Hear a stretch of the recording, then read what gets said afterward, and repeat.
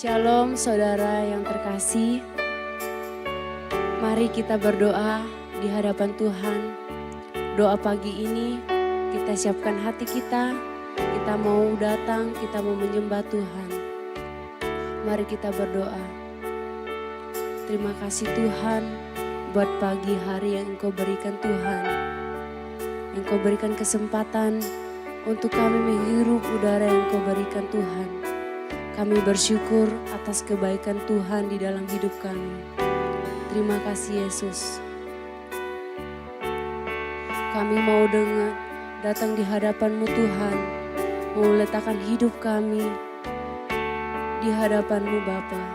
Terima kasih Yesus. Mari kita nyanyikan pujian ini. Bukan dengan barang fana Kau membayar dosaku, dengan darah yang mahal, tiada noda dan celah. Bukan dengan emas perak Kau menebus diriku, oleh segenap kasih dan pengorbananmu. Ku telah mati dan tinggalkan cara hidupku yang lama. Semuanya sia-sia dan tak berarti lagi. Hidup ini ku letakkan pada mezbah-Mu ya Tuhan. Jadilah padamu seperti yang Kau ingini. Mari kita ulang pujian ini dengan sungguh-sungguh di hadapan Tuhan. Bukan dengan barang fana Kau membayar dosaku Tuhan. Membayar dosaku dengan segenap kasih, dengan darah yang mahal, tiada noda dan celah, tiada noda dan celah. Bukan dengan emas perak, bukan dengan emas perak Kau menebus diriku, oleh segenap kasih-Mu Tuhan, oleh segenap kasih dan pengorbanan-Mu.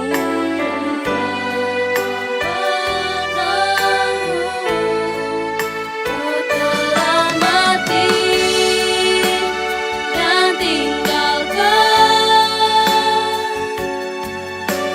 cara hidupku yang lama.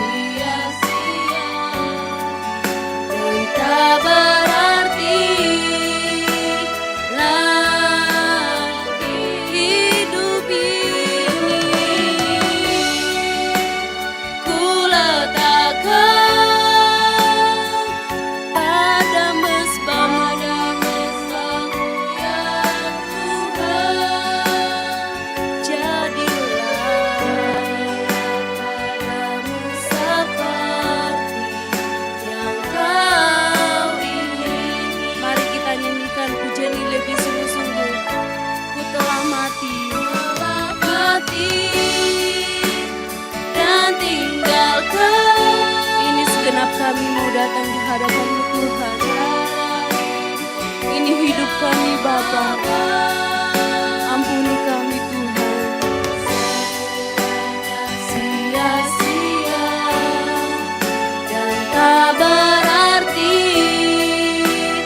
lagi hidup ini. Ku letakkan pada mezbah-Mu ya Tuhan. Jadilah padamu seperti yang Kau ingin. Jadilah padamu seperti yang Kau ingin. Jadilah ya Tuhan seperti yang Kau ingini. Haleluya. Kami mau sembah Kau Tuhan. Terima kasih. Syukur bagimu. Syukur bagimu. Haleluya. Ku sembah Kau Tuhan. Haleluya. Terima kasih ya Tuhan. Terima kasih atas kebaikan-Mu. Haleluya. Yesus, kami mau sembah Kau Tuhan. Kami mau menyembah-Mu lebih lagi. Haleluya. Terima kasih ya Tuhan. Terima kasih buat kebaikan-Mu. Haleluya. Hosana. Ku sembah Kau Tuhan. Ku naikkan syukurku bagi-Mu. Haleluya. Terima kasih ya Tuhan. Terima kasih ya Yesus. Ku sembah Kau Tuhan. Haleluya.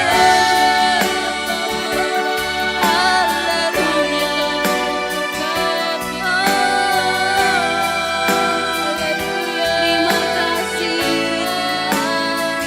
Engkau baik bagi kami.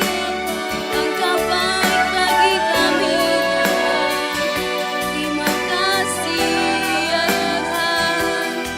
Haleluya. Haleluya.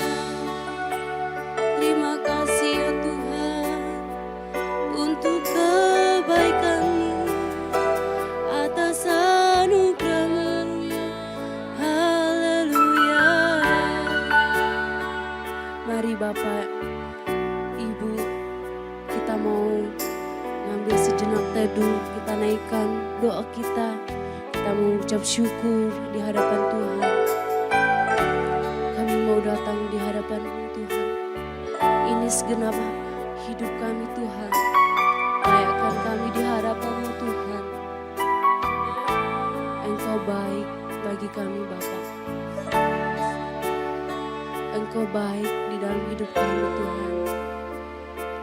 Rancangan-Mu sungguh sempurna bagi kami Tuhan Yesus. Terima kasih Tuhan buat kebaikan-Mu yang Kau berikan dalam hidup kami.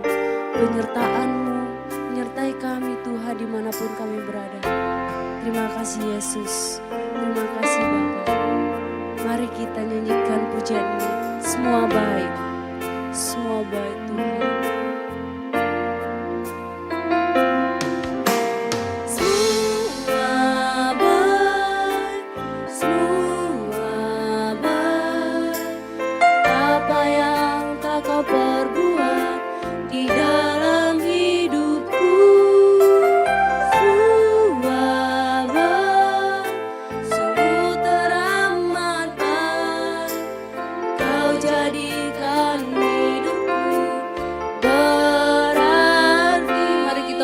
pujian ini semua baik.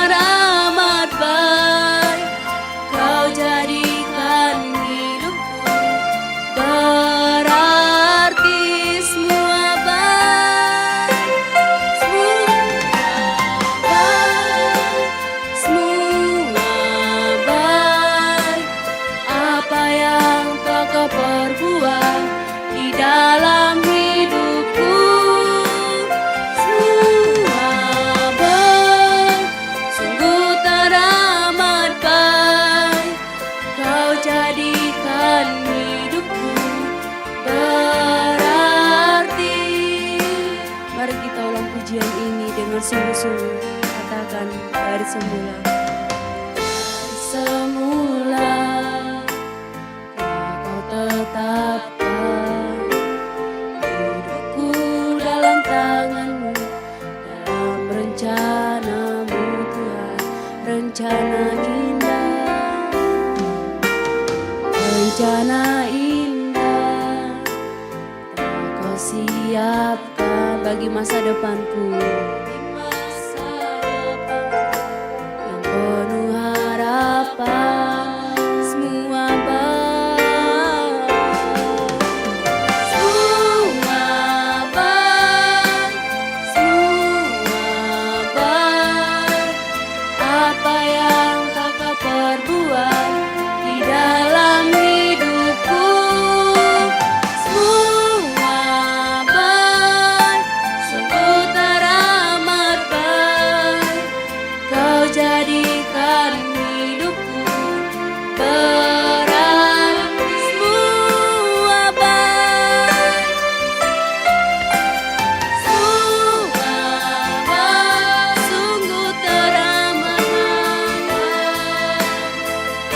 Jadikan hidup kami Tuhan lebih berharga di hadapan-Mu Tuhan. Terima kasih Tuhan atas kebaikan-Mu Tuhan yang Engkau berikan di dalam hidup kami Tuhan. Terima kasih Yesus. Engkau jadikan aku lebih berharga lagi di hadapan-Mu Tuhan. Semua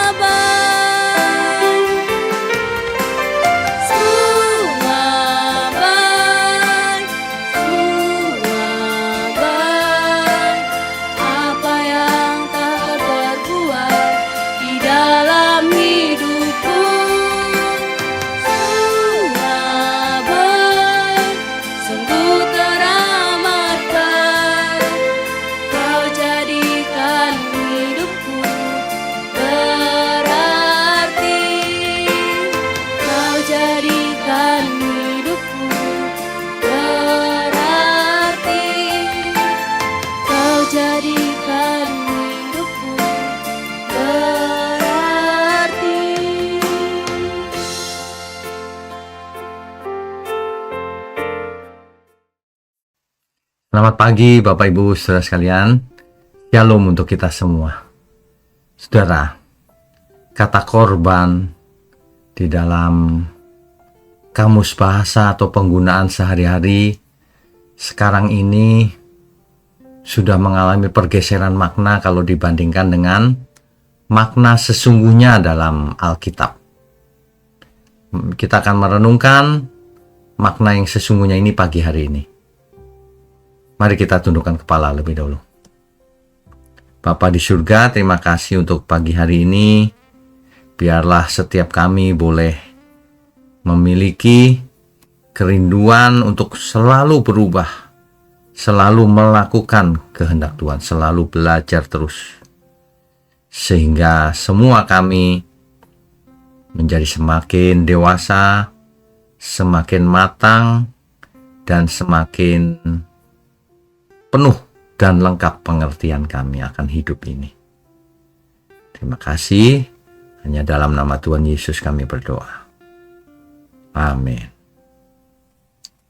Bapak Ibu Saudara sekalian, seringkali ketika kita mendengar kata korban, maka bayangan kita itu langsung menuju kepada zaman perjanjian lama, di mana di bait Allah dipersembahkan korban-korban itu, korban bakaran, ya, korban macam-macam.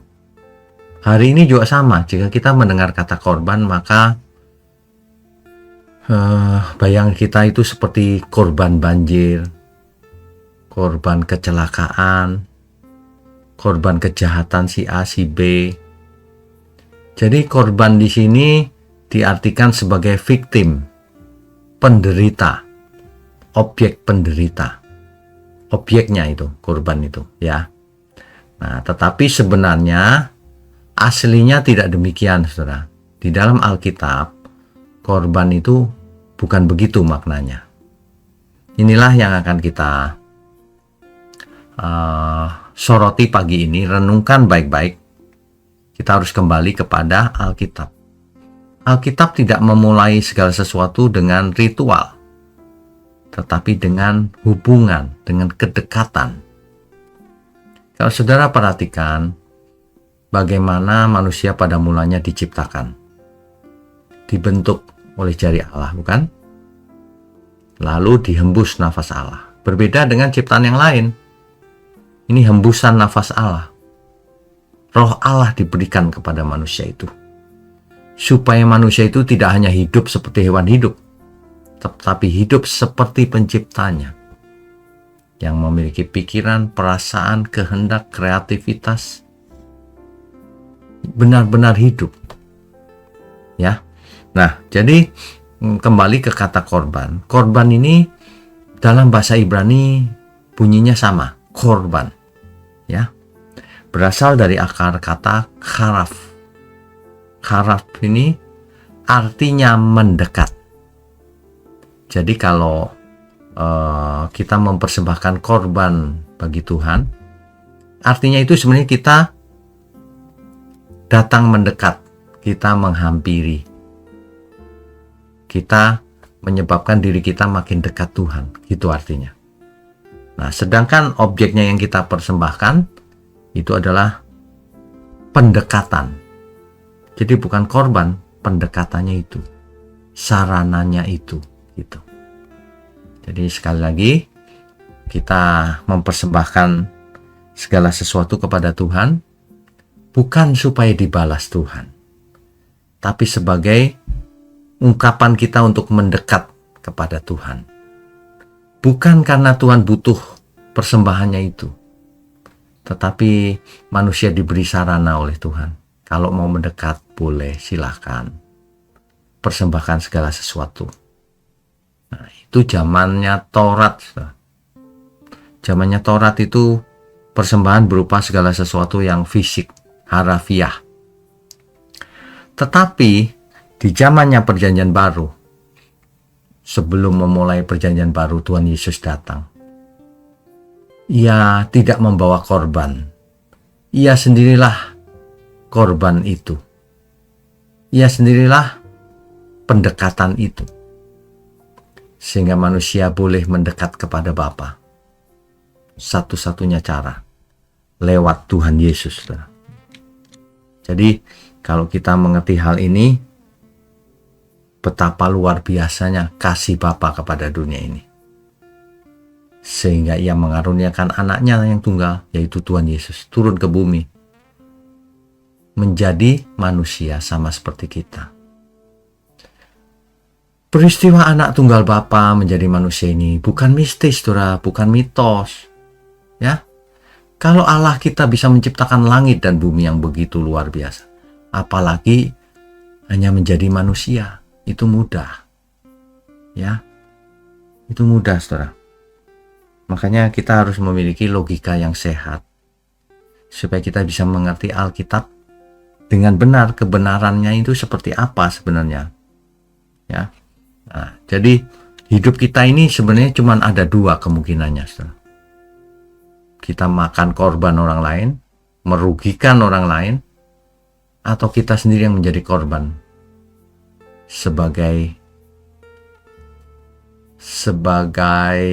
wujud nyata bahwa kita ingin mendekat kepada Tuhan. Itu sebenarnya. Ya, jadi mulai sekarang mari kita renungkan baik-baik.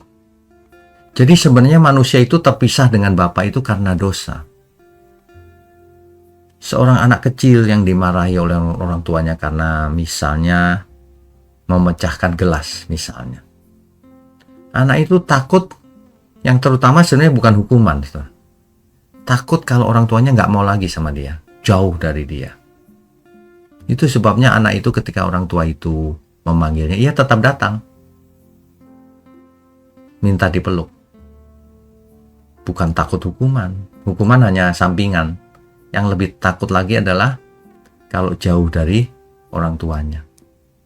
Demikian juga manusia. Karena kita jatuh dalam dosa, kita jauh dari Tuhan. Nah, itulah yang paling ditakutkan kalau jauh dari Tuhan. Seandainya Adam dan Hawa bisa diwawancara, yang paling dia takutkan adalah bukan hukumannya, tetapi karena diusir jauh dari Tuhan. Ia ingin kembali kepada Tuhan. Itu sebabnya ya sekarang bukan hanya kita yang ingin mendekat sama Tuhan. Tuhan sudah dekat. Ya, Tuhan sudah dekat. Apakah kita mau mendekat kepada Tuhan? Padahal Tuhan sendiri yang lebih dulu mendekat kepada kita. Keinginan untuk mendekat kepada Tuhan ini, itu pun pilihan hidup. Sebab banyak orang lebih ingin mendekat kepada dunia ini dibandingkan mendekat kepada Tuhan. Tuhan dianggap, sebagian orang bahkan menganggap Tuhan tidak ada, saudara. Bahkan orang yang mengaku dengan mulut percaya, tapi hidupnya, ia menjalankan hidupnya seolah-olah Tuhan tidak ada. Ia tidak adil sama sesamanya, serakah, iri hati, sombong. Waduh, mengerikan, saudara.